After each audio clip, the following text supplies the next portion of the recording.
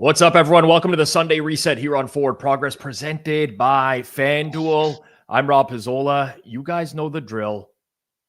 Same as usual. We're going to zoom out on today, try to separate signal from noise, call out some surprises, what we nailed, what we missed, coaching decisions, injuries, everything that shaped this week in the NFL. Then we flip it forward. We'll run through those Week 12 openers with our thoughts on every single game, and we'll talk through where we expect the market to go over the course of the week. If you're watching live, please smash that like button so more people do end up finding this in real time. If you're listening after the fact, you get value out of this show. Make sure you're subbed here on Forward Progress. And if you're watching on X, no problem at all. You're free to watch on X. It is a platform that we broadcast to. But if you ever want to get in on the conversation, hop on over to YouTube. We got a lot of people in here in real time tonight that want to talk through the games for next week and what we saw today. So we're going to get into it. Joining me, as always, Clive Bixby. Clive, how are things? Yeah, good. Not as good as last week, but good. All right. That's it ended in a really good, on a really positive here with the Eagles. Oh, I mean, it ended on a negative for a casual fan because it ended on one of the worst calls I've seen, not only this season, but ever, on a DPI and Rock in there at the end of that. Well, how do you make that call there? I mean, come on, right? Like, let the guys play a little bit. And if anything, AJ Brown pushed off. I don't know what they saw there, man. I really don't know. Just a terrible ending to a game that if you tuned into the end for, you might have had like a little bit more drama and you didn't end up getting it. I'm not too upset. Being on the Eagles is a big play tonight, but it is what it is. Before we get on to the rest of the program here, just want to fill in the audience really quickly.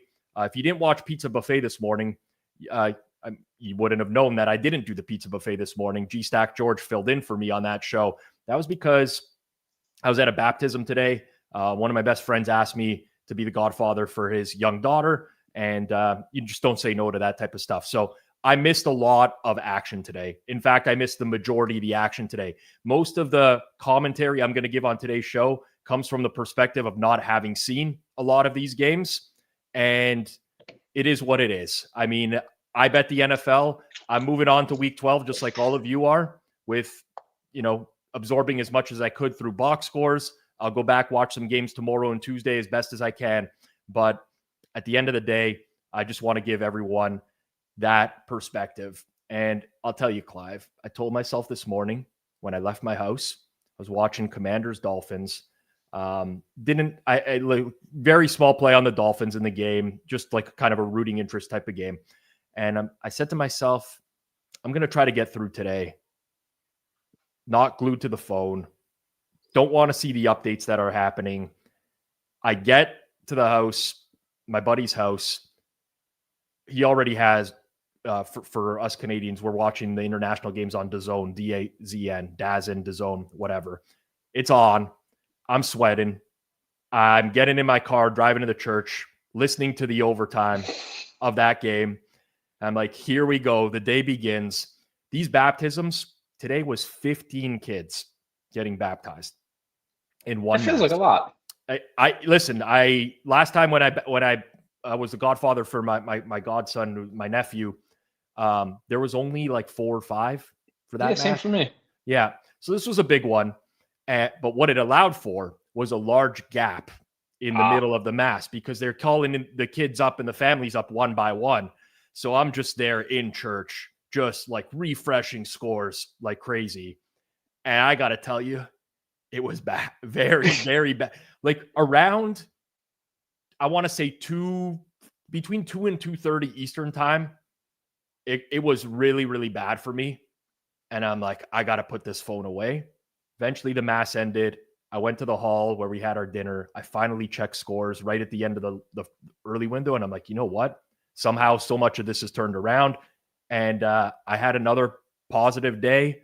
But I got to tell you, not being around to see the games and just refreshing via box score is no way to live, Clive. Like, this is not a way to live. It's really tough.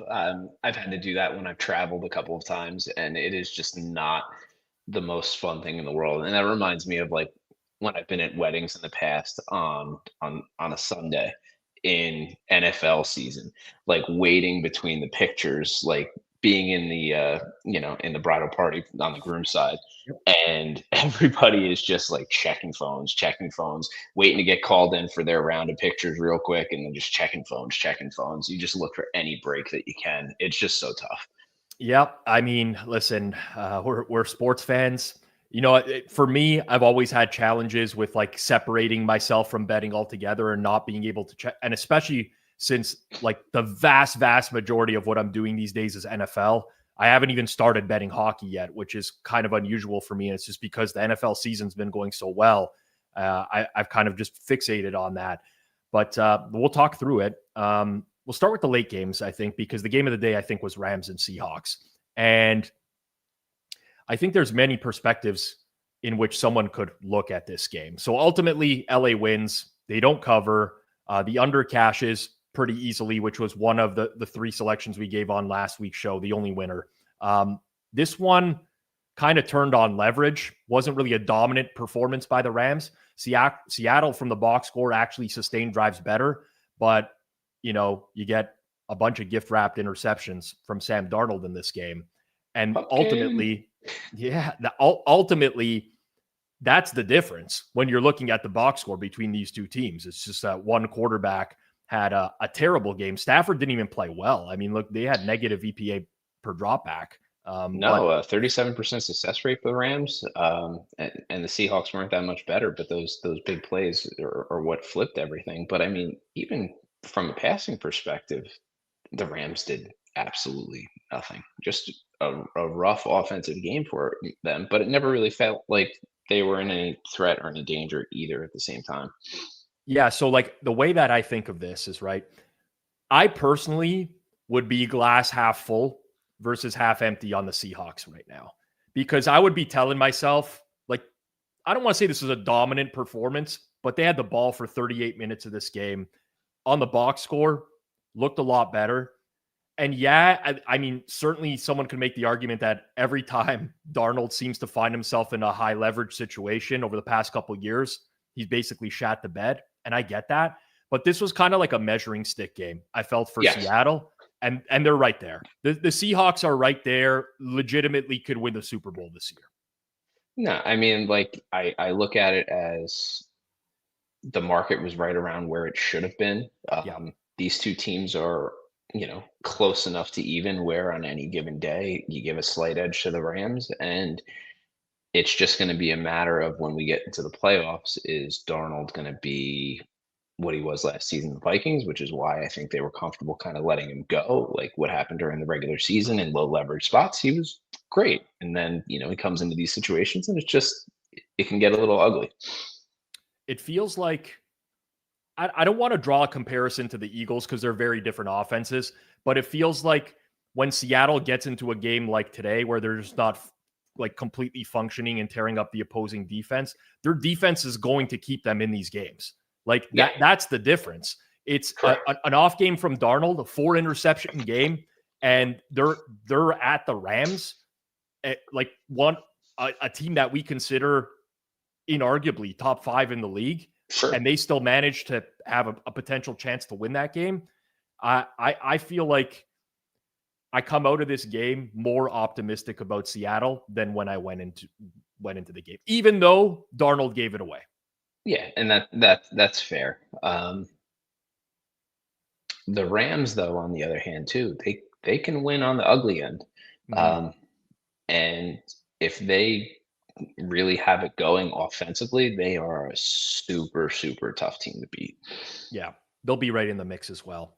They might be my favorite team not to watch, but in the NFC, that's who I probably feel best about, because they can win on both sides of the ball, whereas I don't know that I necessarily feel that way about anybody else, aside from maybe Seattle. Eagles, Lions, etc. Like, there's weaknesses there. Yeah, for sure. Also in the NFC West, here's one of the beauties of pulling your phone out at church and looking at NFL scores. Everyone around you is kind of doing the same thing at the same time. So you get talking with the people around you, and they're asking each other, who do they like in the 4 o'clock? Like, who do you like later on today? Who do you like it? And this is my first venture out into quote unquote public for a long time. And I thought like some of the stuff I see on the internet only exists on the internet, but I I was berated. I'm not even exaggerating. Berated by people around me telling me the 49ers are a huge public play today. Like, and I was like, who's playing for Arizona? The Cardinals got nobody playing. And that one felt good. Also because I actually do believe Brock Purdy is better than Mac Jones. So do I. And didn't want to have that conversation on the show today. Like, I didn't want this to be a day where it's like, here we go. Brock Purdy stinks again. And he could lose going forwards. But against a bad defense in the Cardinals that were missing a lot of players, San Fran just dominated that game wire to wire. They cashed very comfortably. So that one was a nice one that I got to see a little bit of that. I mean, Brissett had to throw God knows how many times today. What do you have? 47 completions today? Was that the number?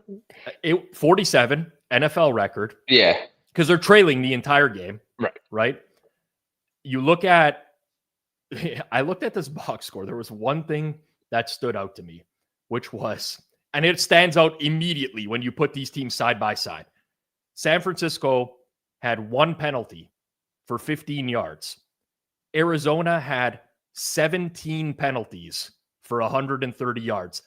I don't have a database of penalties, but a 17-1 discrepancy probably happens like once a decade.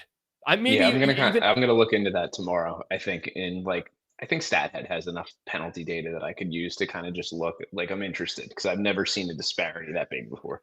Yeah, or at least I don't remember it. Zach in the chat asks, Rob, how do you react to people that ask you about NFL betting that don't know what you do for a living? I don't like arguing incessantly with people in public. Like, I'm not going to change anyone's opinion in that moment in time. So I just like play it off. That's the way that I go. I'm not going to give someone like a 15-minute lesson in real time of why betting against the public is nonsense or anything like that. So that's just me. Other people react very differently.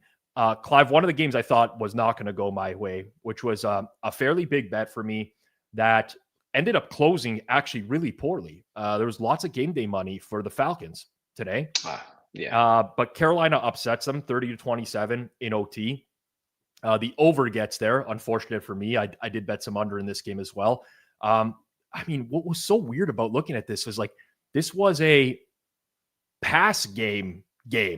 Like, both teams were very positive through the air and negative on the ground. And Carolina was generating explosives in the passing game, which doesn't happen. Now, how much did Michael Penix Jr. leaving the game like swing this one? Because it's really hard for me to gauge that after the fact. A lot. Kirk Cousins looks exactly how you would expect Kirk Cousins to look in this like part of his career. And that just, in my opinion, it changes everything.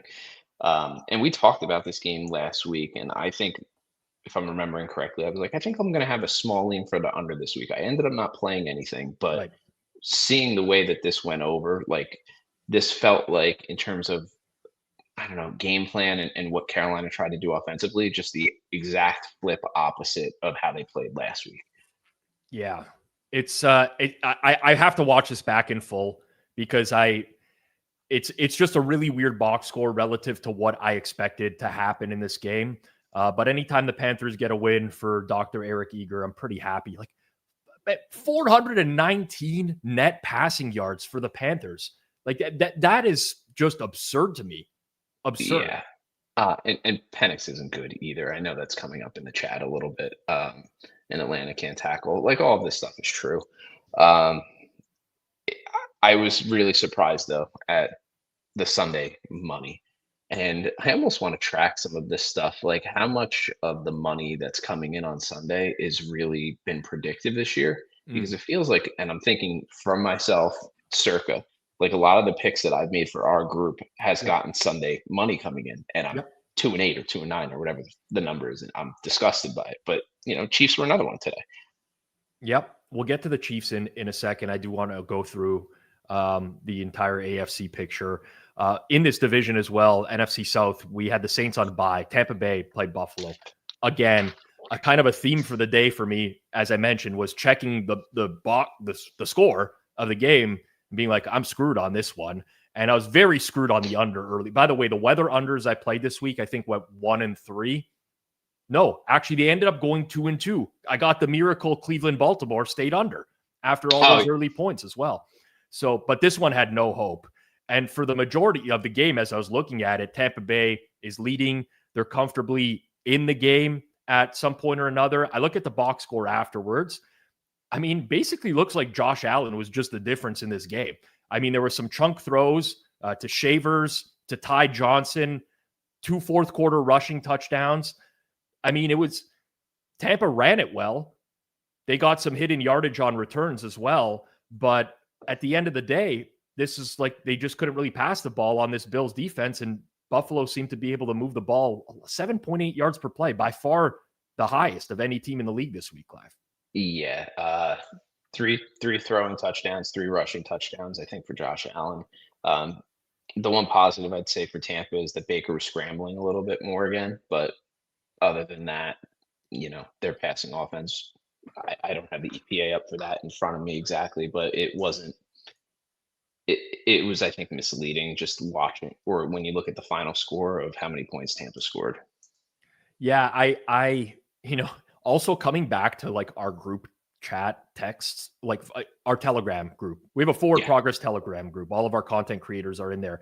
Seeing like little things pop up over the course of the day with no context as well also just makes my head spin. Because at some point today, someone said like Baker is him or something like that. And I was like, oh, here we go. Like the game I finally bet, Yeah.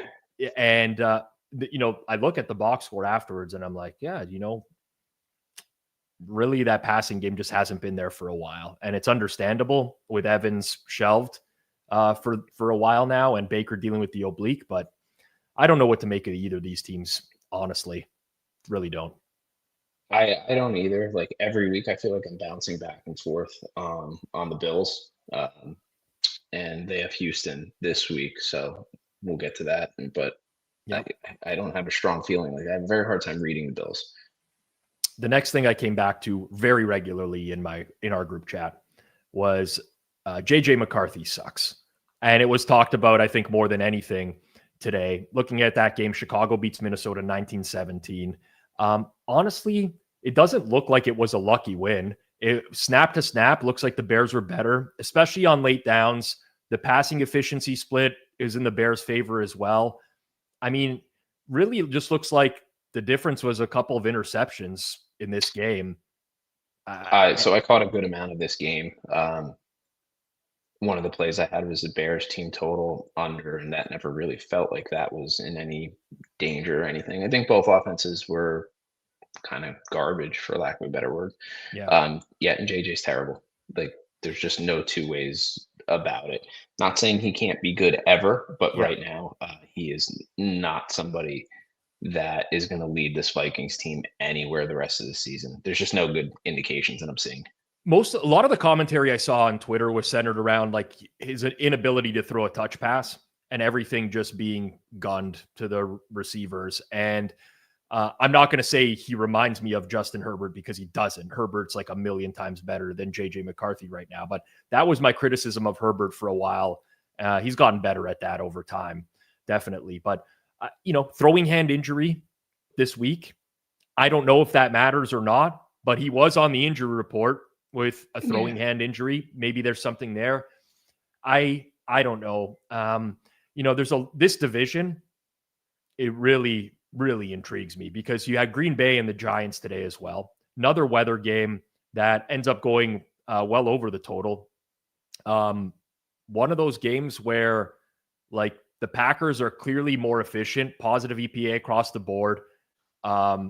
Looked like a real passing edge. They missed 2 extra points in the game.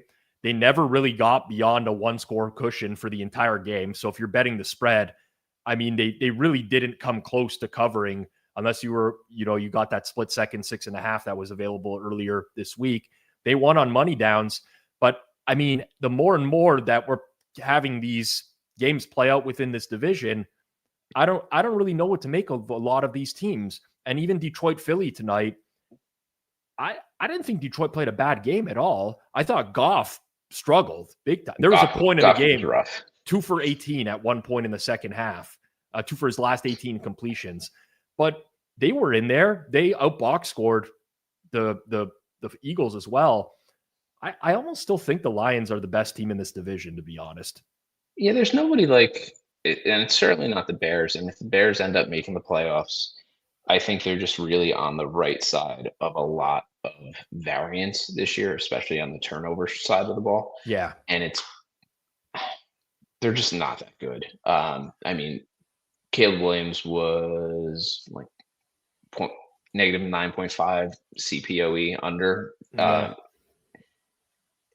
And the defense isn't good. So I'd love to see how many yards JJ left on the table today.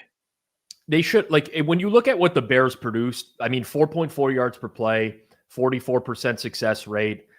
That's a game where, you know, if you had given me those numbers beforehand, I would have felt good about Minnesota winning against this Bears defense, but they didn't get it done. I do want to say this about the Bears. You can't dispute the fact that they've been living off of turnovers on defense this year. Like, it's not disputable. You just look at, if you strip the turnovers out of their EPA, they end up being like a bottom 6 team in the league on defense. They're almost double. They have almost double the EPA of the next best team in terms of turnovers. Yeah. And that's going to catch up to them at some point. But they do have a really good head coach, in my opinion. Yeah. Can't argue that. Like, we'll talk Bears Steelers for next week. And I haven't seen a number in that game yet. It seems like Mason Rudolph's going to start. But in my head, I'm thinking like, Ben Johnson coaches like the year is not even 2025, like 2035. Like, he coaches a more modern style of football, almost like setting the trends in the league. Whereas Tomlin is coaching like it's 2005, 1995, basically. Like, I want to talk. Never evolved. Yeah. So I think that there's like some hidden stuff there, you know? And I see some arguments in the chat about whether Dan Campbell is a good coach or a bad coach. And frankly, I would say that if you think he's a bad coach, I don't know what to tell you. Like, I think he's an excellent head coach. And you take a game where they go 0 for 5 on 4th down, and you look at that in a vacuum, and you'd be like, oh, the coach cost them the game or whatever. Like, let's zoom out to how many games Dan Campbell's won this team. And ultimately, I don't know. Like, Detroit they're getting by this year. Tons of injuries all around. They've 2 years in a row for them with tons of injuries, and it's just tough. Like, sorry, let me cut you off. No. But like this game against the Eagles tonight, granted, the Eagles lost 2 O-linemen in the game, Lane Johnson and Cam Jurgens. But aside from that, Green Bay, since they beat down Detroit like early in the year, the first couple of weeks of the season, they look like a juggernaut, and since then, it just hasn't felt that way. Chicago, you kind of feel like it's coming at some point, the regression on defense, the negative regression. Minnesota, I just don't even think that they're like a real team at this point, losing to the Bears at home. So I don't know. I'm kind of like, again, Detroit loses tonight, but the way everything played out today, I almost feel more optimistic about the Lions moving forwards. Yeah, they're my favorite of the teams to come out of the Central or the North and do something. I mean, I'm looking back at Chicago's schedule, bottom 3rd in terms of easiest schedules, and they have some tough ones, I guess, coming up. They still at Philly, at Green Bay.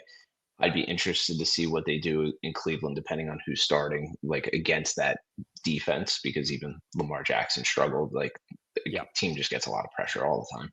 And then they have Green Bay again. They're at San Francisco, and then they're home to Detroit. So Chicago's going to test it the rest of the way, and I think we'll see some stuff. They kind of remind me of the Patriots from that perspective, of that they've had just a lot of positive schedule luck. Yep, totally. Let's shift gears to the AFC. If you're enjoying the conversation, please take 2 seconds, smash that like button down below. It goes a long way to helping us get Forward Progress channel out there in the YouTube verse. Denver upsets KC 22-19. Game stays under the total. If you're looking at an efficiency sheet like I am now, maybe a slight lean to KC, positive overall EPA, better on late downs. Mahomes, Kelsey seemed like they had something brewing in this game, but looks like the Broncos kind of won a bunch of leverage spots today as well. Bo Nix in the passing game, I mean, looked pretty good because they couldn't run the ball. And when I say look pretty good, I'm saying this as someone who caught some of the second half in this game. But What was your take on this today? And we got to talk about Chiefs, have a larger conversation, maybe about both of these teams. Yeah, so I mean, Bo Nix was fine today. Was able to throw the ball downfield and was more accurate than I've seen him, I think, in any game this year. I can't remember another game where he's been on. He hit a couple of receivers in stride that were open. Was making good reads. I don't think he did anything. I don't know, irresponsible, I guess. And they had no running game. Yeah, he did what he was supposed to do. When I talked about the Denver Broncos before the season, if we got this Bo Nix all across the board, he's an average quarterback. And I think with this defense, this team could go pretty far. Yeah. We finally got average NFL quarterback Bo Nix. Maybe a little slightly above average today. Yeah, I think from a box score perspective, it's slightly above average. KC has been, since kind of Rashee Rice came back, pretty regularly valued as the best team in market right now. Yeah, the Super Bowl favorites and not really in the playoffs at the moment. So it's kind of a tough thing to process. Also, their defense is not great. It has a lot of holes. I mean, I don't know. KC is living off reputation again, in my opinion, right now. With that said, they were living off reputation a bit last year in the playoffs, and they ended up going to the Super Bowl one more time. So you don't know for sure. Yeah. And listen, it's a road game in division at Denver. Tough to win it, but they were okay. Yeah. Mahomes was okay. I thought it was a bad pick. I don't know the right way to explain this, but it feels like I'm waiting for them to turn it on, and they're just not. It's like they're kind of stalling and sputtering. Last week they didn't look great either, and I mean, they beat Detroit at home, lost.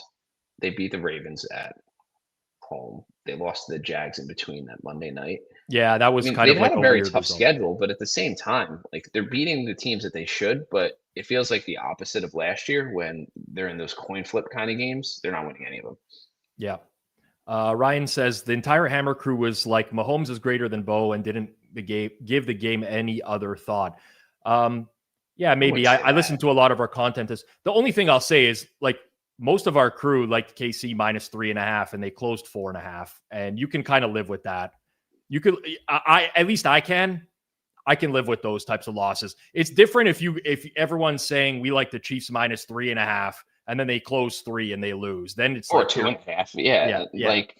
The other thing too is kind of a big play in terms of game flow after that. They got an extra point blocked. So instead of being up 4, they're up 3. Yep. It's not like Denver really put the ball in the end zone. So, I mean, at that point, you're looking at the Chiefs up 4. Denver can't kick a field goal at that point to tie the game. That matters and that changes things. Yep, totally. AFC North today had all 4 teams playing each other. Cincy Pittsburgh covers rather comfortably. They won the down-to-down battle. They blew it open late with 2 defensive touchdowns. Obviously, Aaron Rodgers left the game, left wrist injury. Looks like he's going to miss next week. Mason Rudolph took over. I mean, the passing game was efficient enough to sustain drives. You had an ugly incident with Jamar Chase and Jalen Ramsey. Looks pretty clear to me that Jamar Chase spit. I would see So I didn't see a good video of that. We're clear. I believe that if they were saying there's video out there, I just didn't get a good one. The one I saw leading up to Sunday Night Football on NBC looked very clear that he spit on him, and it's unfortunate. And we'll see about what kind of happens with the suspension there. Yeah, it's a funny comment. Baltimore, Cleveland in that division as well. Baltimore beats Cleveland. It didn't look like it was. Did they pretty. beat him? I mean, negative EPA overall for Baltimore. The saving grace was Cleveland's quarterback situation is a disaster. Dylan Gabriel left. Shadur Sanders came in. The Browns had a 29% success rate on offense, which was even worse than the Chargers today somehow. I don't know what to take away from these. I guess my biggest thought that comes to my head out of all this is that even though the Ravens are now back to full health, they were missing Marlon Humphrey today, so it's not truly full health, and Rashad Bateman as well. But it doesn't feel like the Ravens are there just yet. No, to me, it's very similar to what I feel about the Chiefs of just being inconsistent. But I mean, Cleveland was generating pressure today. Like their defense, when they can do that, it's enough to get people. Like the Ravens just were in no rhythm today. I really thought if Shedeur Sanders didn't come in, that the Browns had a chance to hold and actually pull this one out. You know, the Shedeur Sanders stuff is hilarious. It's so bad.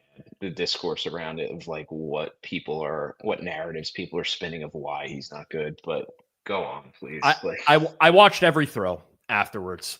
Didn't watch the entire 16? game. He was. I audibly laughed out loud on some of. He's terrible, and if he starts next week, like I don't know that. I didn't think you could downgrade from Dylan Gabriel going into this week. Now I'm certain you can downgrade from Dylan Gabriel after seeing that. I mean, if I'm a Browns fan, from the perspective of if I need to win a game, I'd rather see Bailey quarterbacking, but that's not going to happen. It makes no sense. You don't draft Sanders to do this. Like, you're going to let him play. But this looked exactly the same pretty much as his exhibition Sanders. Like, no progression at all. And I don't want to hear that he wasn't getting first-team reps. Like, come on. Like, these But this happens awful. all the time. Backups come in all the time without getting first-team reps. You have third-stringers sometimes who could, like... Darden was coming in without, like... Oh, no. Maybe I'm thinking of a different situation recently. But yes, this does happen all the fucking time. And people can actually play and mesh and not throw the ball into the ground. Yeah. Other games today, Chargers, Jags. Holy fuck, that was a box score beatdown. Just Jacksonville killed the Chargers today. I saw next to nothing of this game. And that was one of the games that I had a Jacksonville team total under, and that just got fucking destroyed. Yeah. I mean, yeah, that's a tough one, man. I mean, Chargers 3 yards per play. Nope. Like, I got to look back. I mean, we know the Chargers offensive line's a disaster. 81% of their passing yards last week was yards after catch against the Steelers. Like, you know, you kind of take away the quick read down. They got nothing. I think they at least have the bye week next week, but that's an ugly performance going into the bye. Also, I don't know what to take away from that on the Jacksonville side now either, because Jacksonville had all these lifeless performances, then out of nowhere, just a complete beatdown. So that was a weird one. Houston, Tennessee. Didn't watch much of this either. I saw a little bit, but it was like, it's exactly what you think it is. Yeah, exactly. It's kind of exactly what I thought this game would be. Yeah. And there was a point, I think it was 13-6 Houston.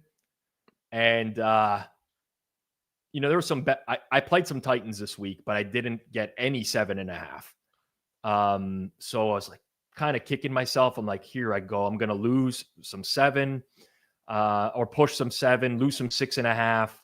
And I can't believe they even drove the field to score a touchdown. Because aside from that, like as I kept refreshing the Titans box score, I was like, holy shit, man, this off, like we knew it would still be this bad, but it's not getting better. I'm looking at the first half, the drives, turnover on downs, field goal, punt, end of half. Like that was the first half. Yeah. Oh man. I guess, you know what, there are some takeaways too with Houston as a whole, because I mean, their offensive numbers not the best today either, but yeah, I mean, if you cash Tennessee in today's game, it's probably enough for you to even say to yourself, like, I don't think I can go through that again. No, I don't know if it's worth it. Yeah, I don't know if I could go through that again. All right, we're going to move on to Week 12 games in just a second. But a reminder, we are sponsored on Forward Progress by Fanduel. And as you bet the NFL this season, make sure you do so on Fanduel. Number 1, Celebrate your wins. Whether your same game parlay has 2 legs or 10 legs, always use your legs to celebrate appropriately. I was celebrating some wins today, as I have been this year. Might as well do it. Number 2, no kickoff, no problem. Live betting means the next play could be your play with Next Drive SGPs. And number 3, if you're a new customer, you bet $5, you get $150 in bonus bets if you win. $150. And now you're ready to play your game on Fanduel, an official sportsbook partner of the NFL. Visit fanduel.com/forwardprogress to download the app today and get started. Please play responsibly. You must be 21 plus and present in select states. For Kansas in affiliation with Kansas Star Casino, or 18 plus and present in DC, 19 plus and physically located in Ontario. First online real money wager only. $5 first deposit required. Bonus issued as non-withdrawable bonus bets, which expire 7 days after receipt. Restrictions apply. Gambling problem? Call 1-800-GAMBLER. Visit rg-help.com. Call 1-888-789-7777 or visit ccpg.org/Chad in Connecticut or visit mdgamblinghelp.org in Maryland. Hope is here. Visit gamblinghelplinema.org or call 800-327-5050 for 24/7 support in Massachusetts, 1-877-8-HOPE-NY or text HOPE-NY in New York. Call Connex Ontario at 1-866-531-2600 or visit connexontario.ca. I knew you guys in the chat would love the K Adams FanDuel graphic. I was waiting for it. I think they missed the takeaway. I think they were just kind of focused on something else there. Great sponsor. K Adams is a great get for the marketing team. Sure some good eye candy during the ad read as well for everyone in there. All right, let's get to it. Week 12 in the NFL. Just gonna get my things organized here. We're starting off with Buffalo at Houston. The look ahead in this game was Buffalo -2.5. I know that because I bet some of the look ahead in this game, which I very, very rarely do, but figured there's no chance that that number was going to exist for this upcoming week. And as it stands right now, opener on FanDuel is Buffalo -3.5, -112. Total in the game is 43.5. So part of the reason, Clive, that I like the look ahead in this game is because I don't think it's anywhere close to a foregone conclusion that CJ Stroud is playing this week. It is a short week. He is coming off his second straight week where he did not practice with a concussion. That's a tough turnaround. I'm not saying it can't happen, but that definitely wasn't priced into the look ahead. Now we get an adjustment, and it's a big adjustment because we're going through 3 to 3.5. And that makes things a little bit more challenging. On the Bills side, Dalton Kincaid won't be back next week. There were no new injuries for Buffalo. Maybe they get Shaq Thompson back. For Houston, just taking a look here, Ed Ingram was out again at right guard, might be back on Thursday. So this is not an injury-driven type of game, with the exception of the quarterback position for Houston, Clive. So, I mean, the only path to success I see for Houston is if they're going to be able to run the ball. And I don't know that they can. I know the Bills are susceptible to it. This feels like a high total. Yeah. That's my initial instinct. So I'm kind of with you. I think it's quite obvious that the way you beat Buffalo, or try to at least, the way you have offensive success is by just trying to jam it down their throats in the running game. And Tampa did that a bunch today. And lots of teams have done that over the course of the year. With that said, does Houston have the running game to do that on a down-to-down basis? I mean, Woody Marks is better than Nick Chubb, and it's good that he's stealing snap counts, but it almost feels like that it's a challenge for Houston to score on anyone right now. Yeah. So anybody who checked out our Discord with the team totals, I'll put this in probably, when it's more widely available, but I'm assuming I'm going to like the Texans team total under as well. I'm just trying to think about, what happens if CJ Stroud gets ruled out early week here. Is there a bigger move towards Buffalo? And there might be. The truth is, I'm not a fan of the Bills right now. I know I bet them today. I think it's because I'm even lower on the Bucs than general. Well, Tampa has a defense that the Bills can also exploit, and and they're struggling so much on offense too. If you get into a shootout, I I expect the Bills to win that shootout against Tampa. The Texans, however, have a very legitimate defense, and uh, that's another reason why I think this number is a little high. I really wish that it was a 44 and not a 43 and a half. All right. I don't think I'm doing anything with this in the early going here. I don't think I'm doing anything with this one. Yeah, I'll let you all know on Tuesday. All right. Before we get into the next one, I just sometimes have lapses, and I didn't put it in my script for tonight's show. Usually we recap before we get to the games. And because it was a losing week overall, I don't want people to think that I just, didn't want to do the recap. So let's just do it really quickly. Sure. Last week, man, great price. Chicago, Minnesota over, like absurdly good price. Never even had a chance to win. That one lost. Seattle Rams, not a great price. Ends up winning very comfortably. So that was kind of the week. 1-1 overall there. The one we agreed on, Tampa Buffalo. I mean, 21.6% CLV. It might as well have just thrown it down the trash. That was dead. It felt dead like first quarter. Like that was one of the games I was watching. I'm like, oh my God, really? Like now listen, we got the luxury of a weather game, but we did talk about this. Like it's not like that's not a possibility for Buffalo in November. So we do bring that stuff up. But even with the loss, Clive, when we agree 17-8 on the year, 8.2 units, CLV's been good. What are you going to do? Those are the ones where I can accept, honestly. I think some people, they can't accept those. They feel like they're entitled to a win when they beat the close. But those are the ones I can accept. You get a good price, you're going to win in the long run. That's all you can do. Yep. All right. Pittsburgh, Chicago up next. Early market at Fanduel. Chicago -3, -110. Total 44.5, -110 as well.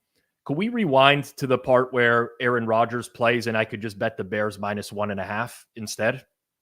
Yeah, that would be nicer. That's would have been my preference. The Steelers have some injuries going on. I mean, forget about Aaron Rodgers. We could talk about Aaron Rodgers to Mason Rudolph. I don't think it's a big downgrade. In fact, I think Rudolph can push the field a little bit more than Aaron Rodgers can. Jalen Warren left at running back today with an ankle injury, but the Steelers have injuries at every layer of their defense. Alex Highsmith missed with a pec injury today. He didn't practice at all this week, so potentially an injury there. Cole Holcomb has been out with a sickness for a while in the linebacking core. They lost Brandon Eccles today to an ankle injury. He's been playing a lot of their slot corner. They've already been without Darius Slay, although I would expect him to be back next week. Chicago got through this one relatively healthy. Two teams reliant on turnovers and EPA off of turnovers. Like, I don't know what to necessarily make of this. My instinct says both defenses are bad, but I also don't like either quarterback. And this is kind of a tough spot from that perspective. And then I don't know. Chicago was not one of the weather spots that I saw that was going to be, I think, highly impacted next week. Correct. I did a weather watch before the show as well, and I would say that the Soldier Field risk next week is what I would call minor. That's not to say you can't suddenly get some bad weather pattern in Chicago, but this far out looks decent. And honestly, I think this total's a little bit low. I mean, I feel like I can get burned back to back on Bears totals here, but I think I don't want to say Mason Rudolph is better than Rodgers, but I think he can push it more than Rodgers can push it. I think he brings a lot more randomness to the game. I want to look at average depth of target. I mean, because I know what Aaron Rodgers has been all year. Mason Rudolph 2.7. Never mind. Yeah.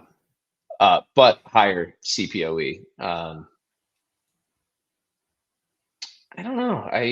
This feels like an over game to me, and it's going to be painful. But I do think that this is a touch low. Where do I think it could end up? I don't know, 45.5, maybe get to 46. I think that's reasonable. Okay, so I'm going through and I see this as well here. Danny, appreciate Danny dumb shit. Love that. Love the handle. Tyreek Stevenson did get hurt for the Bears. And after the game, they said he had both hip and calf injuries. So, that's I over. We in agreement? Yeah. This one we're locking in as an over. Yeah. Man, if it starts to like piss rain or something in Chicago, I'm going to be upset. I hate betting early overs, but so far it looks okay. Yeah, Fanduel best price in market. Go get them. I will say, I do I think this is more likely to come down than go up. When we have the opener at 3, I think this is more likely to close 2.5 than 3.5. What are your thoughts? That. For sure. Yeah. Yeah, I can't take the Bears at 3. To your point, I would have much rather had a Rodgers game and then had them priced relatively evenly and then taken the Bears, like from a neutral standpoint. Ben Johnson versus Mike Tomlin. I mean, it's more to it than that. New school. I like the new school offensive guy more than the old school defensive guy. That's just me. Voodoo, baby, voodoo. I mean, listen, he's been voodooing for many, many years. So said it in the chat. Both of these teams, they can't keep getting away with this. It feels like that, right? But you know what? We're going into week 12. So yeah, maybe this is just what these teams are. Jets and Baltimore is our next stop. Do I have that in order, Pascal? I may be screwed up the order. This could be entirely on me. It's probably on me. Nope, it's on you. Sorry, Pascal, threw you under the bus. Jets and Baltimore is our next stop. Baltimore minus 14.5, minus 0.5. Total 44.5 over. Of note, the Jets are on extra rest going into this game, having played on Thursday Night Football. Garrett Wilson is now done for the... Did they say for the year? He's at least on IR. He's missing 4 games. It could be the entire year. For Baltimore, Marlon Humphrey's got a finger injury. Didn't practice at all this week. I don't know how serious that one is. I don't think Rashad Bateman will be back because it's a high ankle injury for him. This is a lot of points for Baltimore to be laying. With the offense in the state that it is, yeah, I get that.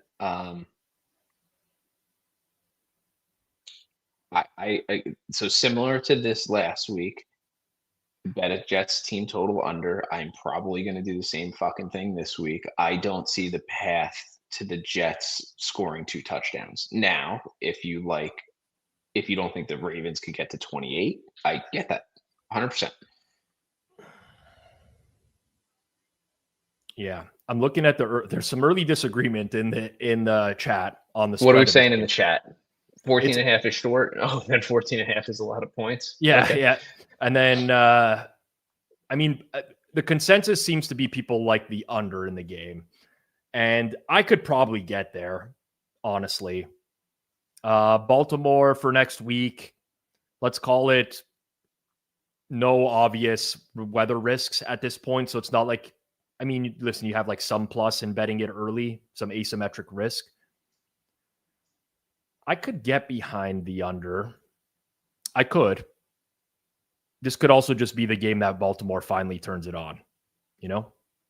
Well, yeah, I mean, so where did the Patriots Jets close at? 12.5? Yes, in that range, yeah. Yeah. Bounce, I think it got to 13 and then it bounced back, I think. Yeah. I certainly like what I've seen recently from New England's offense more than the Ravens. I could see an ugly Jets click here, but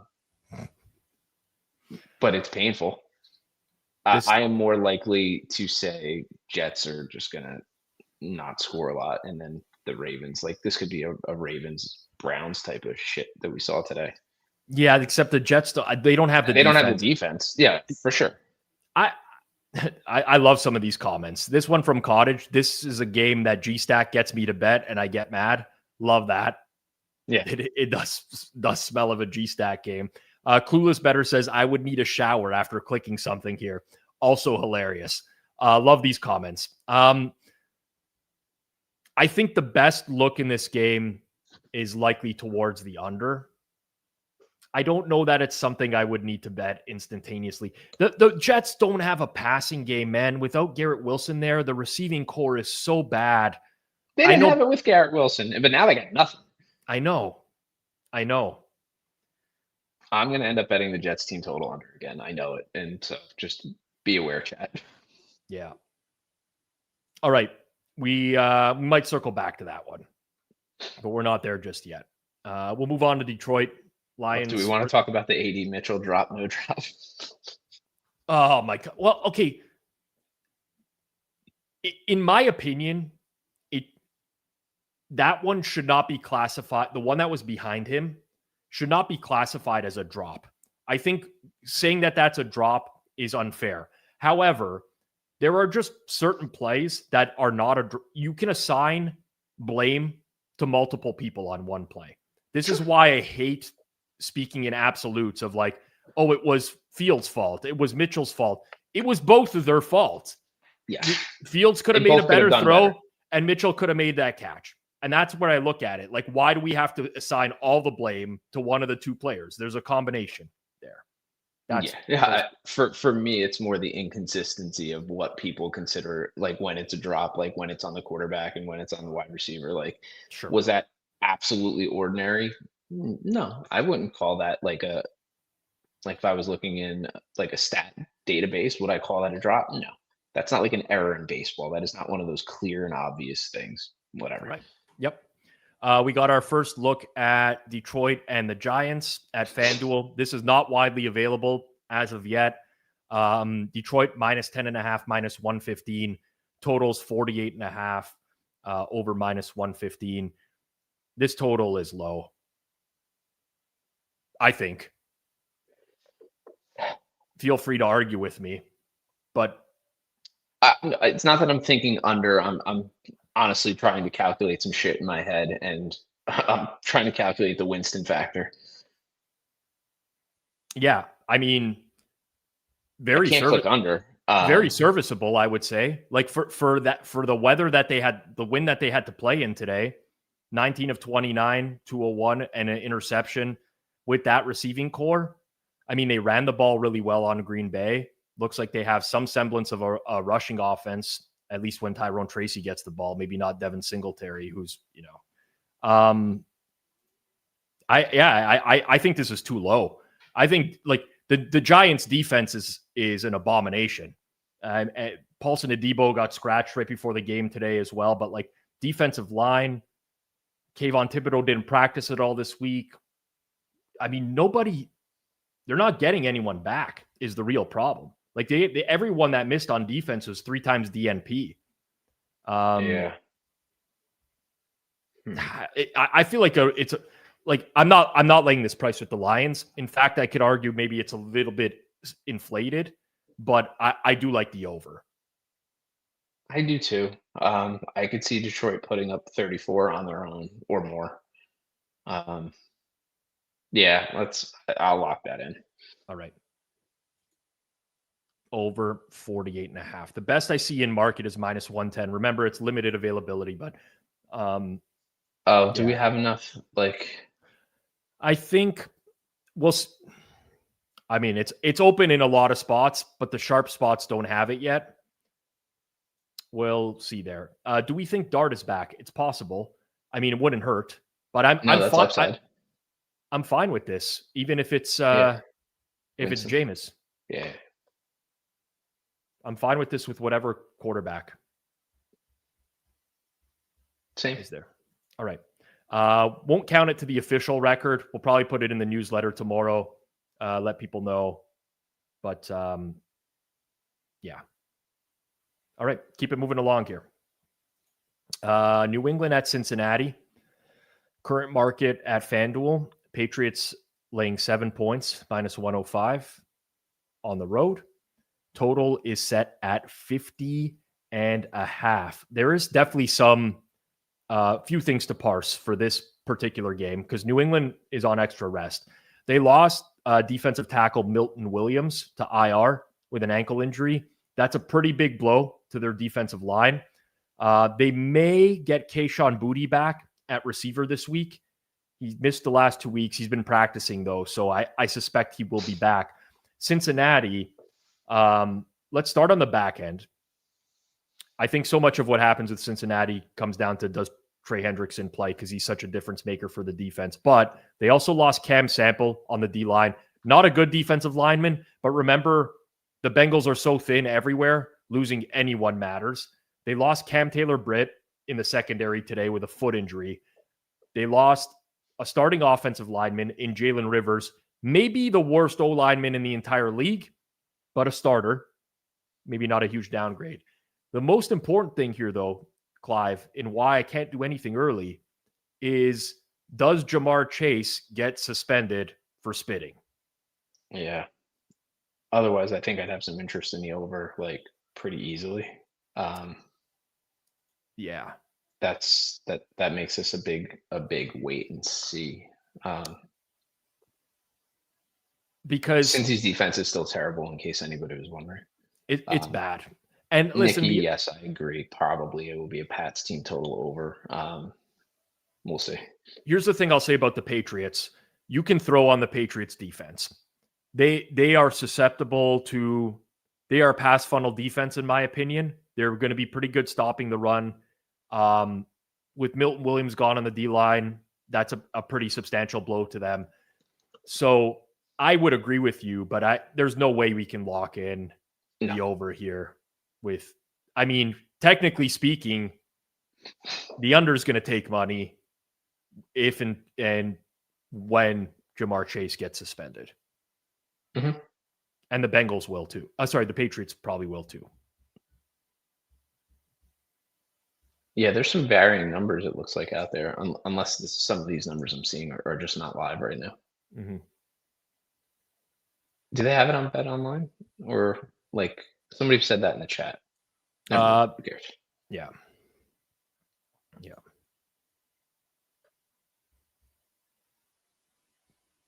I don't think there's anything more I can say or do here. No, you just gotta wait. Yeah. This is just a wait and see. Unless you have a lot of conviction one way or another. I think he's going to get suspended. If what you say is true, like that he spit, then I kind of think so too. Not kind of think so. I do think so. Yeah. Seattle at Tennessee is next. I can't wait to see this number. All right. Seattle minus 12.5, minus 110. Total 42.5, juiced under. So of all the games that I looked at for next week from a weather perspective, I think this had the highest risk of being bad weather. And this is like potential for major rain thunderstorms. Yeah. Yeah. Like one of those games, not a wind game per se. And to be honest, Clive, that's my only hesitation against laying it with Seattle right now. And honestly, I still think I might. There's O-line injuries for Seattle. They lost Gray Zabel, their left guard today. So their interior of their O-line is in trouble right now. And I will say, like, the only strength of the Titans is probably the interior of their D-line. So there's a matchup disadvantage there. But Tennessee lost Calvin Ridley now for the season. Chimere Dike, he actually left the game, cleared concussion protocol, came back, and then hurt his chest and had to leave again. Alec Iamaner has a hamstring injury. He left, returned. So you got a Tennessee team that already can't score with real problems at receiver. So to me, this is either we trust the Seahawks enough to dominate this game and lay this number, or we're concerned about the Seahawks offensive line and lean towards the under. Those are the two looks that I could have. I understand that those are not like correlated outcomes. Usually it's favorite and over, dog and under, but that's the way that I look at this game. Similar. Yeah. Some people put this into chat, like, this is a potential Tennessee team total under. Like, there are some of these offenses that are just so bad, and the Jets, Titans are two of them. I regret not betting the Titans team total under this week. Um, I I'm not a huge narrative like get right psychology guy, but I think Seattle is absolutely just going to lay to wood to Tennessee next week. I'm just going to wait a little bit on the weather, but I agree with both of the looks of Seattle and the under. I think the challenge with the under is that the Seahawks have like single-handedly gotten to some of these point totals against bad teams, right? They Yes. annihilated the Saints earlier in the year. I think that was 44.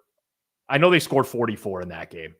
They also scored 44 against the Cardinals last week. The week before that, they scored 38 against the Commanders. So,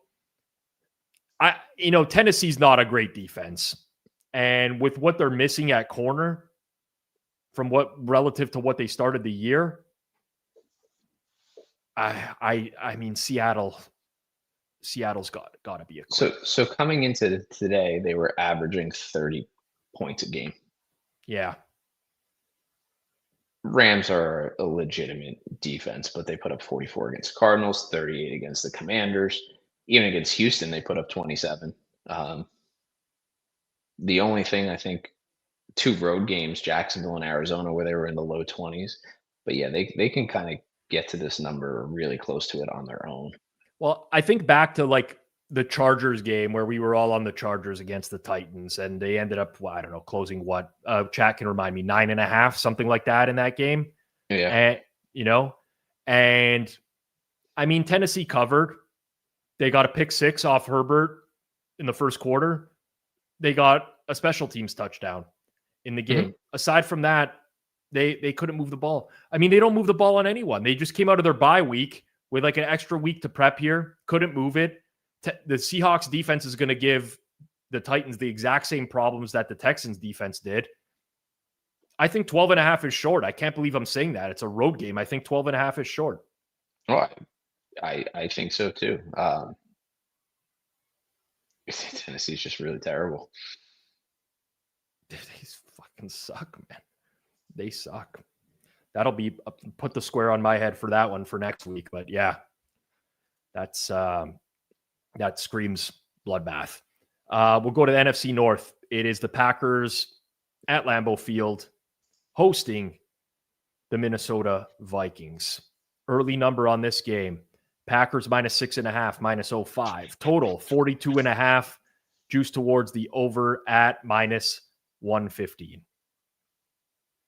From an injury perspective, nothing for Minnesota. Isaiah Rodgers left the game with a concussion, but I think he was cleared after the game. Pretty sure he was.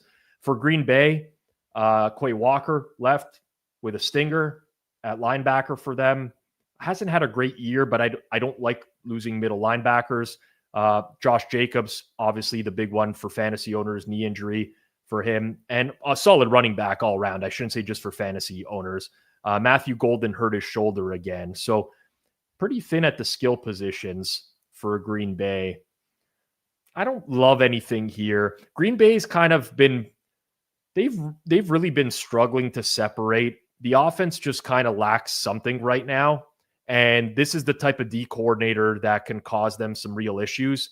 It's just how can you really trust the Vikings at this point offensively? I shouldn't say really like. I like the under here, like the game under.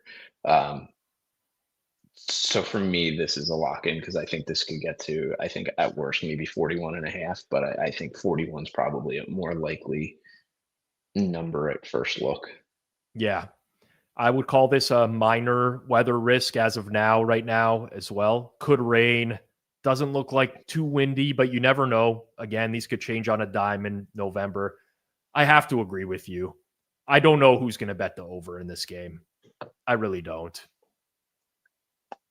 I'm trying to think of this week. I mean, Minnesota-Chicago drew a bunch of over money, but that was the opener was pretty bad. And then after that, it kind of settled where it was. Green Bay can't really learn anything from this week because there was a weather game. It took a bunch of under money, but I think I agree with you, Clive. Yeah, I don't see the path to the Vikings really putting up points either, even if Green Bay does score a little bit. Mm-hmm.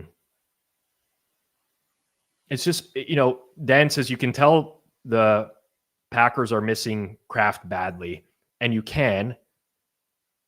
It's not just that. It's like right now, the receiving core just lacks something too. I mean, Jaden Reed getting hurt earlier in the year, breaking his collarbone.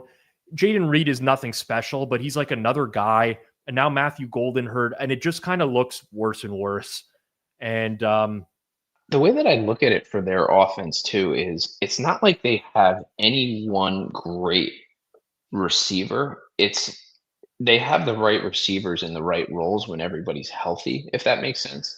yeah, So the way they utilize Kraft and, a guy like Watson who could stretch the field and having Reed, like that just gives them so many options. And when they don't have that, you could see that things just get a little bit, choppy and not good. it feels like so much of what they were able to scheme up earlier in the year, it just isn't there anymore for them. Yeah. And like really, when you look at the Packers, they had a great offensive performance against the Cowboys, the game that they tied in overtime. And basically everyone was producing at a high level against the Cowboys at that point. Yes. There was the game against the Steelers in Green Bay. Jordan Love had a monster game in that one.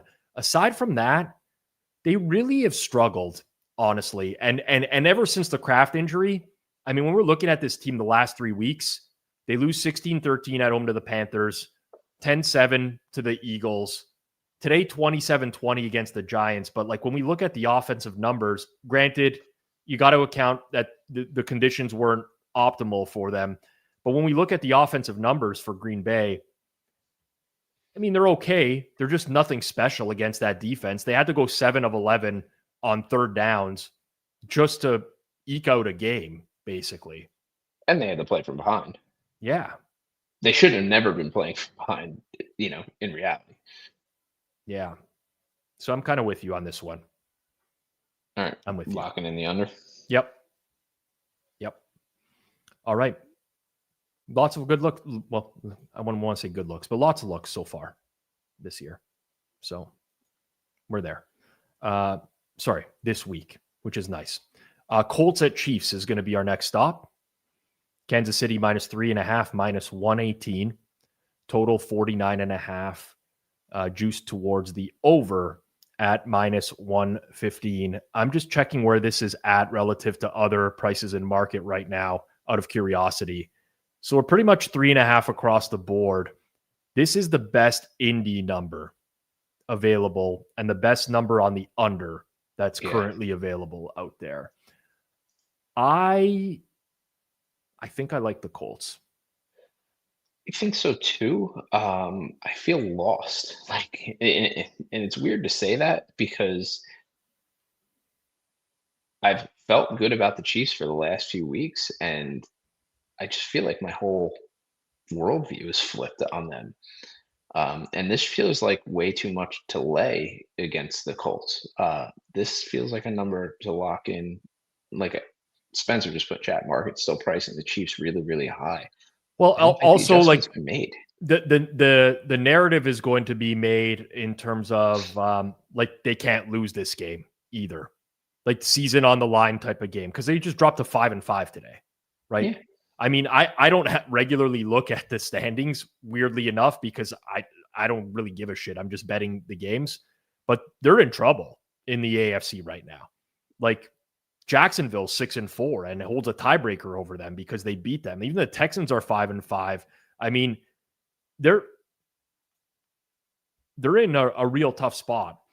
Cottage says the shine is off the Colts now, though. I don't know that it is.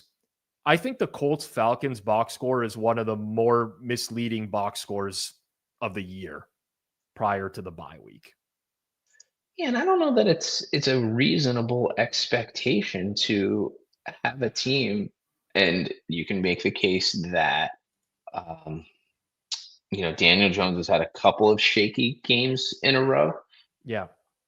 But this just feels like I don't know. This It's feels more like it's more than Daniel Jones against Mahomes. Let's just put it that way. Like, yes. the Colts have been scheming stuff all year. They now have Sauce in there as well. So like Sauce Gardner, Kenny Moore, Jonathan Edwards, decent cornerback group for them at this Coming point. off a bye week. Yeah. I mean, you look at where they were lacking prior to the bye. They're missing a couple. DeForest Buckner's on IR. We can't ignore that. But Samson Ebukam, Tyquan Lewis, who are like depth D linemen for them, they'd been out for 3 straight weeks each. Now they get the bye. There's a good chance we get one or both of them back this week. Chiefs left guard left the game with a concussion today as well.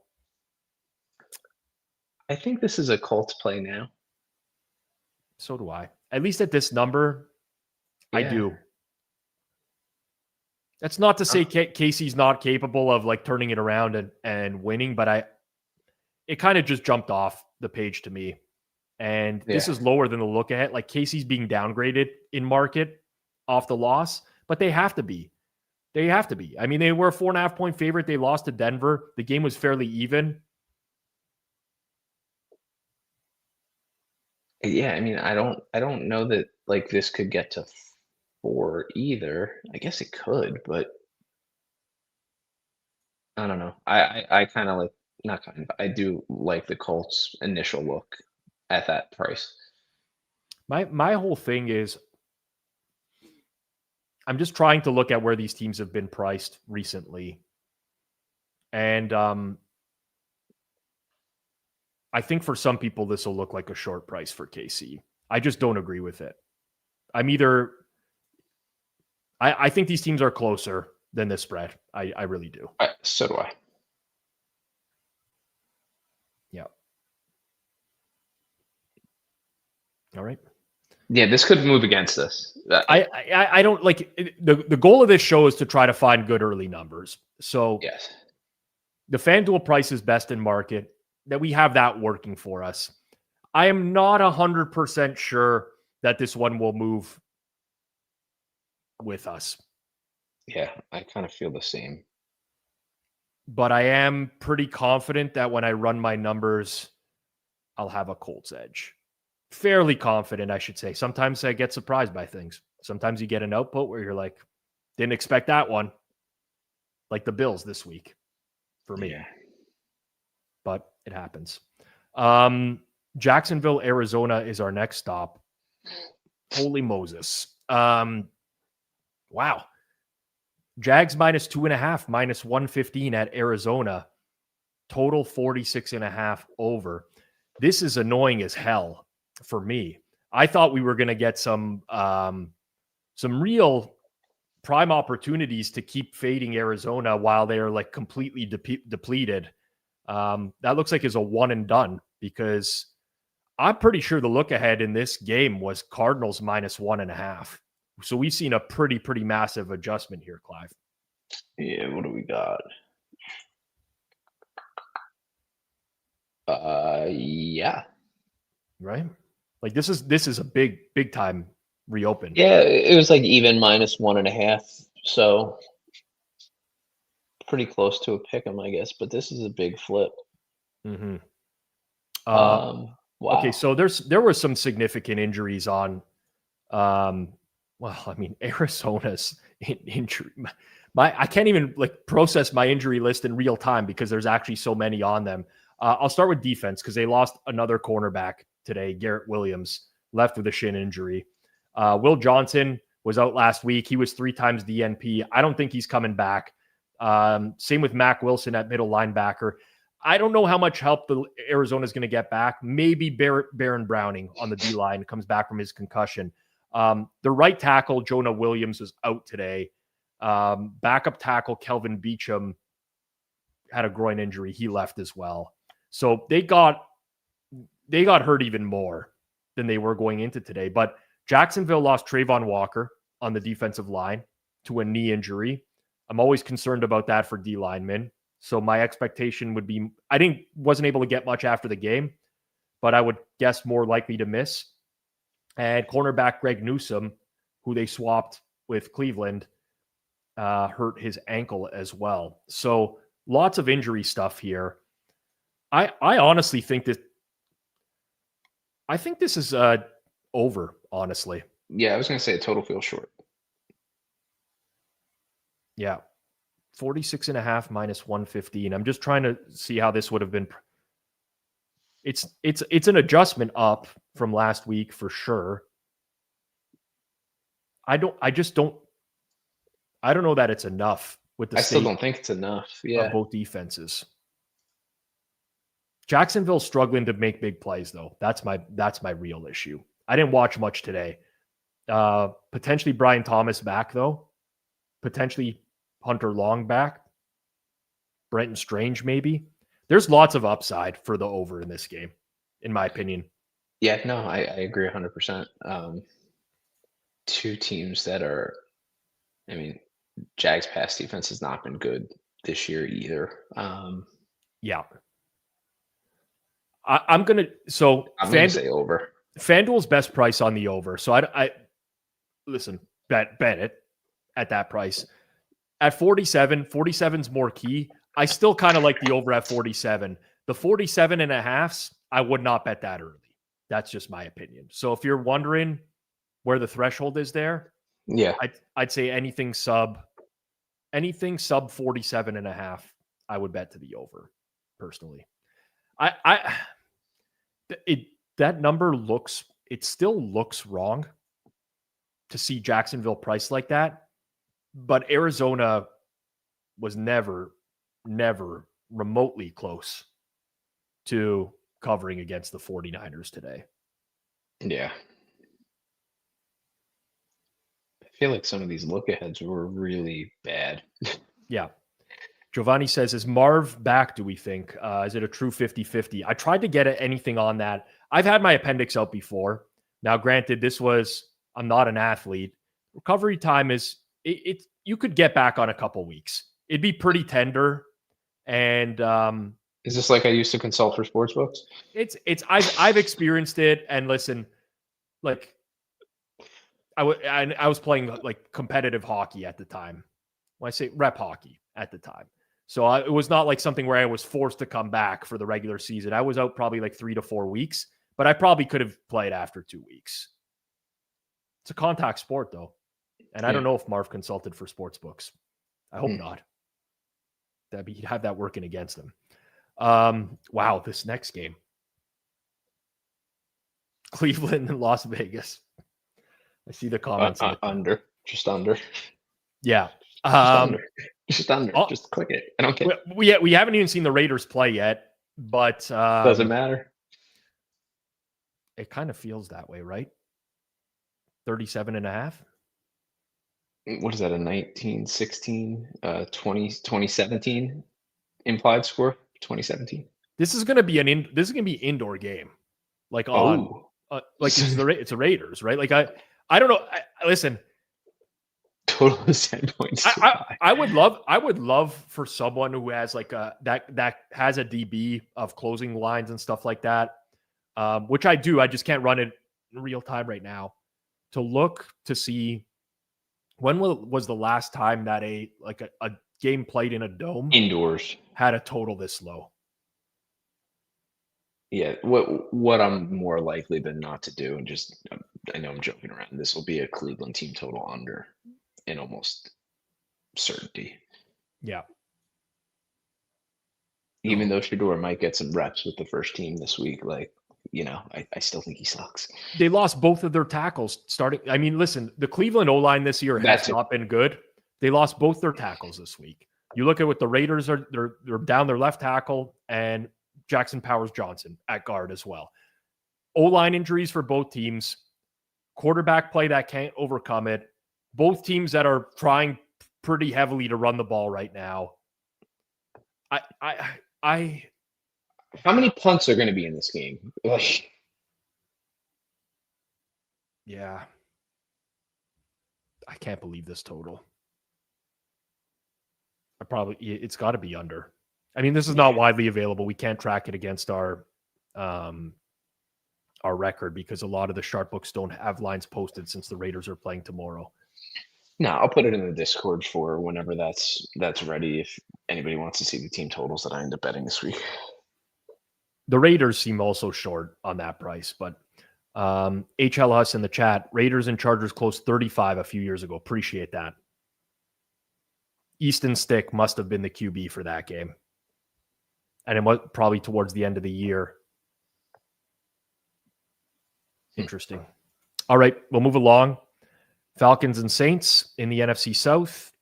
Atlanta -2.5, -05 away from home. Total 40.5. Juice towards the under. New Orleans coming off of a bye week, although they were fairly healthy going into the bye. The main person to keep an eye on would be the right tackle, Tylese Fuaga, who's been out with an ankle injury. I don't know that he'll be back because that was like close to a high ankle.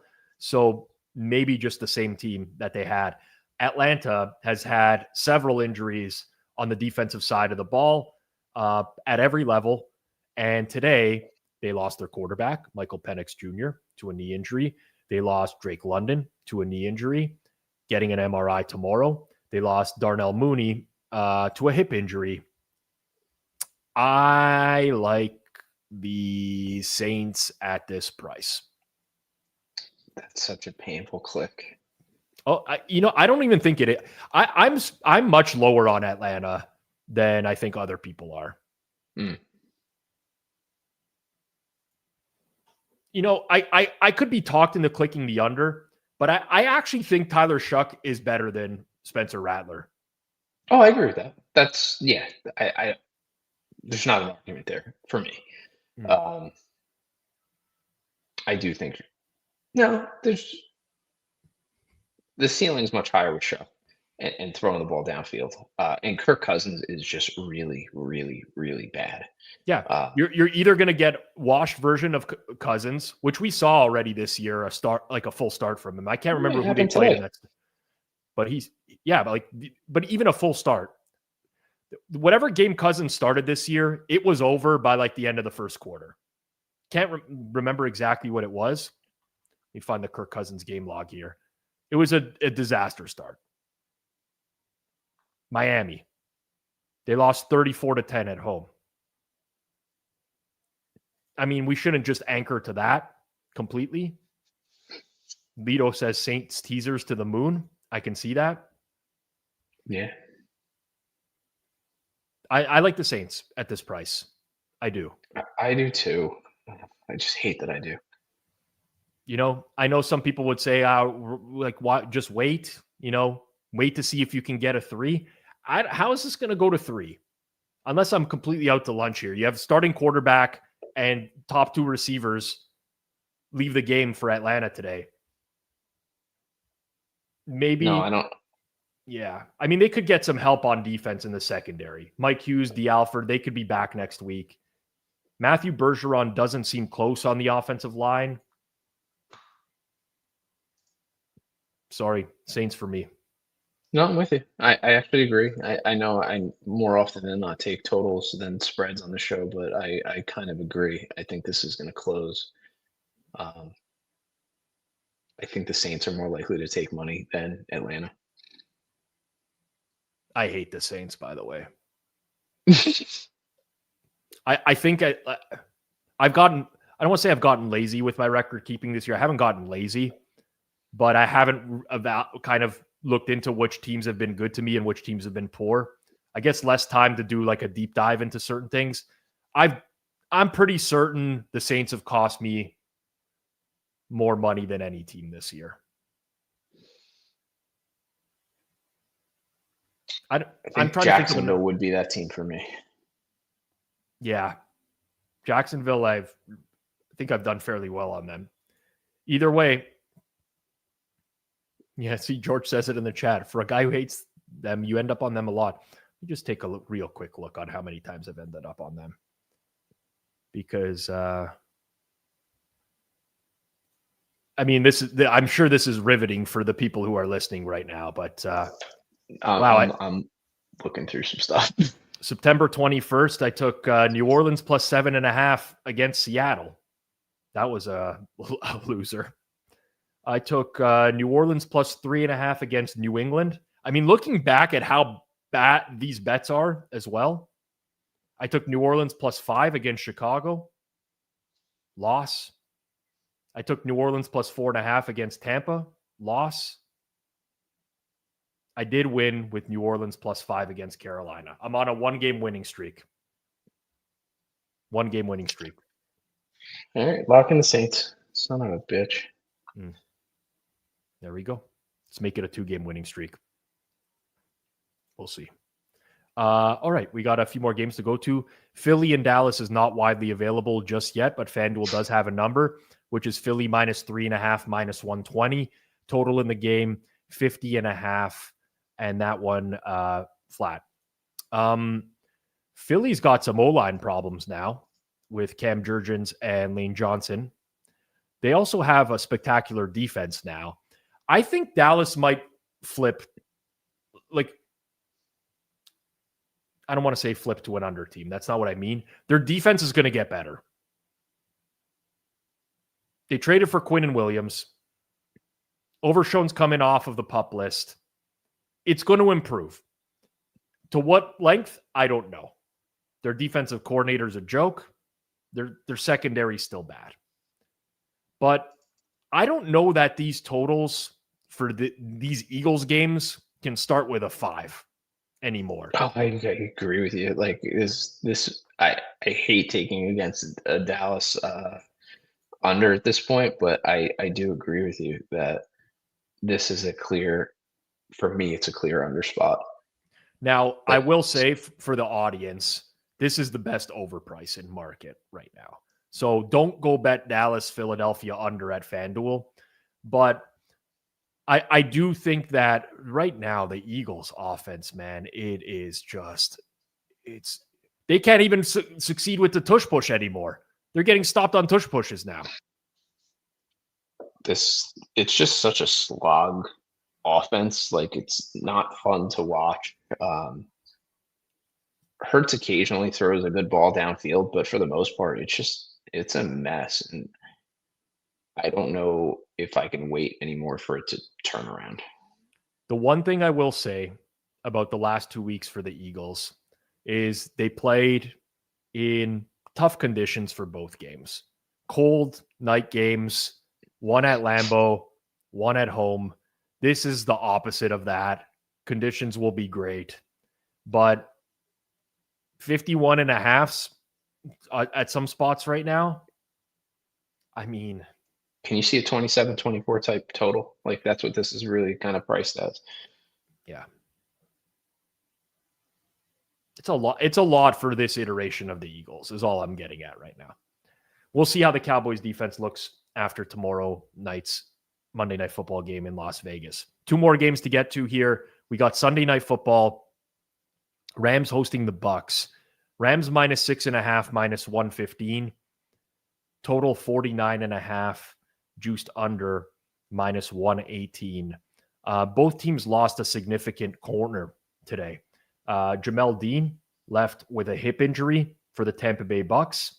You could attribute some of Buffalo's success through the air to Jamel Dean leaving that game. Safety Tyke Smith left with a concussion as well. So on the back end, struggling. The Rams lost Quentin Lake, who I think is actually a very underrated corner. He plays a lot of slot for them. Elbow injury for him. Tampa may get Chris Godwin and Bucky Irving back for this game.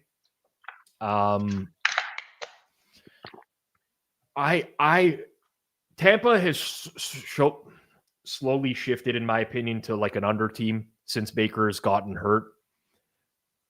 But I think I like this over, man. I don't have a good feel for the total. I feel like the Rams is a decent play. But I'd like to see what happens with Tampa Bay getting anybody back on offense before I would lock anything in. I did look at the over, or, when I saw the over, I was like, this feels short. It's the truth is, I saw the schedule for next week without knowing the lines, and I knew I wanted this over because of the DB injuries today, but I didn't want it at this number. And that's where I'm kind of struggling with this right now. Yeah, I might end up. This might be a Rams team total over for me, like at some point, like during the week. The big thing for me with this game is that I think if the Rams throw, they will score a ton of points in this game. Yes. Like if they can come up with a game plan where they don't test the Tampa Bay run defense, which I don't think anyone should, they will score a lot in this game if they throw the ball. That forces Tampa into like this trailing game state as well, where they get super aggressive. Very good point. I just don't know that this is the number, Clive. I just don't know that that's there. Tough. Wait and see game. I think so too. Hope I don't lose that one though. Would love if someone wants to click the under so I could wake up tomorrow morning and see a lower number. That would be lovely. If anyone wants to be a friend of the program. If anyone wants to be a friend of the program. Jameel says Baker had some designed runs today. I think seemed a lot healthier. George says, I think the oblique is good. Good to know. I didn't get a chance to watch much of that. I have to go back and look at it. But that would be definitely scrambled. Yeah. But with that offensive line being what it's been and, only really having Buka, like there's just not a lot of options for him. Yeah. This was, somebody said, what number do you want, Rob? So I looked at what the look ahead was, and it was in this range. It was like 49.5. And I was wondering if there would be an adjustment down off the Seattle Rams game. There obviously wasn't because Tampa Bay played in a game that had 1 million points today as well. Great comment. Zach, I clicked under and the total went up. Sorry, guys. Love that. All right, let's end it off with Monday Night Football. It is the Panthers and the 49ers. San Fran, a 7-point favorite at home, -7, -04. Total 47.5 in this one. I swear this isn't because of my affinity for Dr. Eric Eager, VP of Analytics for the Carolina Panthers, but I feel like I want the 7 in this game. Like the state of the 49ers defense to lay 7 points. Lost another D lineman today, Robert Beal. I think somebody in their linebacking core left today. I missed it. Missed logging it, I should say. I don't know. This seems like a lot of points. Am I? I was thinking the opposite. Okay. I think this is an over, like for some of the reasons that you just mentioned too, like from the injury standpoint, what San Francisco's defense has been. This is.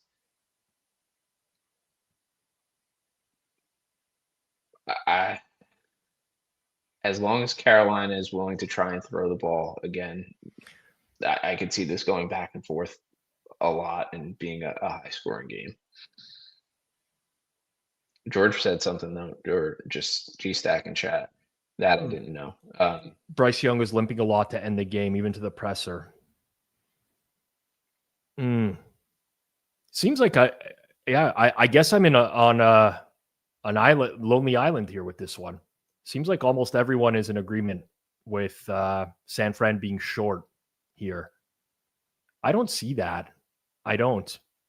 I know the offense is healthier. I guess I didn't think I didn't see this number and get excited. I think I would see an edge on San Francisco, but I don't think the market's going to move that way, if that makes sense. Like this isn't something where if I clicked San Francisco right now, I don't think this is going to go to like 7.5 or anything like that. This just feels like where the market should kind of be. And I wouldn't be surprised if it goes to 6.5. Yeah. I guess my big thing is I loved San Fran today. I think they ended up in the perfect, I want to say spot. I hate when people say spot, but like when I refer to spot, I'm talking about the fact that the team that they were playing was decimated by injuries. Yeah. Carolina lost Xavier Legette today. Guy gets 2 targets a game. Yeah, that's not something that's impacting a number all that much. This is such a good comment by DXPS, man. 49ers are a system team. They can't beat contenders with all these injuries, but the system can take down jabroni teams like Carolina. All right. I think there's enough disagreement here that I can say we'll lay off of it. When I run the numbers on this game, I will be floored if I'm not betting the Panthers at some point tomorrow. Yeah, I do think the market's going to go that way. All right. Well, I'll tell you, I'm going to click it, and I'll take the market one way. Whether it goes back the other way, I don't know. But that's where I'm at. All right. Went through every single game on the board. A lot more this week. A lot of stuff. We always have a recap in the Monday newsletter that goes out. If you're not subbed to our newsletter, it's usually pinned down in the description below. Link is right there.